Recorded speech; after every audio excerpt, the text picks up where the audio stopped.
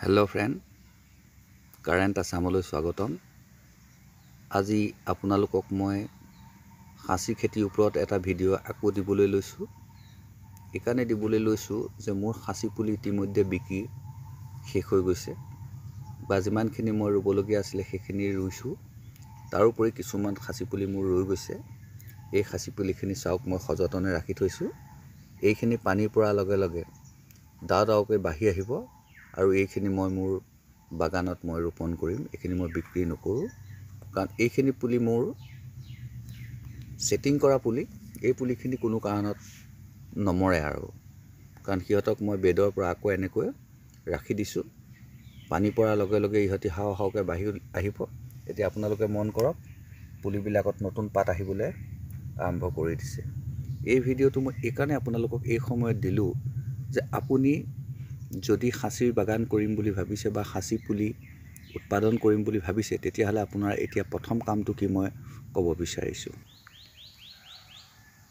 Hello' বন্ধু, আৰু কেইদিনমানৰ পিছতে প্ৰচুৰ বৰষুণ আহিব। তেতিয়া কিন্তু আপুনি আৰু খাসী খেতি কৰিম বুলি ভাবিছে যদিও আপোনাৰ কৰা নহ'ব। গতিকে এতিয়াই আপুনি মোৰ দৰে এনেকৈ কিছুমান মাটি সংগ্ৰহ কৰক। এতিয়াই আপুনি 10-12 গাড়ী মাটি ট্ৰেক্টৰ দি আপুনি গোটাই ৰাখক। বেছি পইচা নহয়, বৰ বেছি 2000 বা 2500 টকা আপোনাৰ মূলধন লাগিব। সেই 2000 বা 2500 টকা খৰচ কৰি আপুনি এতিয়াই এনেকৈ মাটি আপোনাৰ য'ত আপুনি নাৰ্সাৰী কৰিব তাত আপুনি দমাই লওক আৰু এই মাটিখিনি আপোনাৰ ঢাকি ৰাখিব। এখন ত্ৰিপাল দি পানী নপৰাকৈ আপুনি ঢাকি ৰাখিব আৰু যদি সম্ভৱ হয় আপুনি এতিয়াই এই মাটিখিনি গুৰি কৰি চালি আপুনি বেডত দি দিয়ক আৰু আপুনি তেতিয়া অতি সহজতে আপুনি কৰিম বুলি ভাবি থকা কামটো অতি সহজ হৈ যাব, অতি সোনকালে হৈ যাব।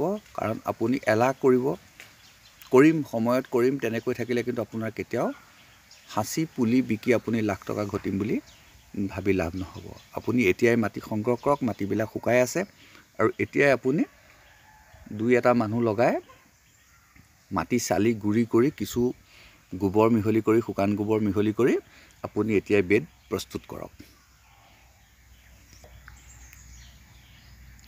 হেল্ল' ফ্ৰেণ্ড, যেতিয়া আপোনাৰ আহাৰ শাওন মহীয়া গছৰ গুটিবিলাক পকিব তেতিয়া আপুনি গছৰ পৰা গুটিবিলাক সংগ্ৰহ কৰি আপুনি 10-12 দিনৰ ভিতৰতে গোটেই পুলিখিনি গজাই আপুনি পলিথিনত দিবলৈ সক্ষম হ'ব। আপোনাৰ কামটো অতি সহজ হ'ব।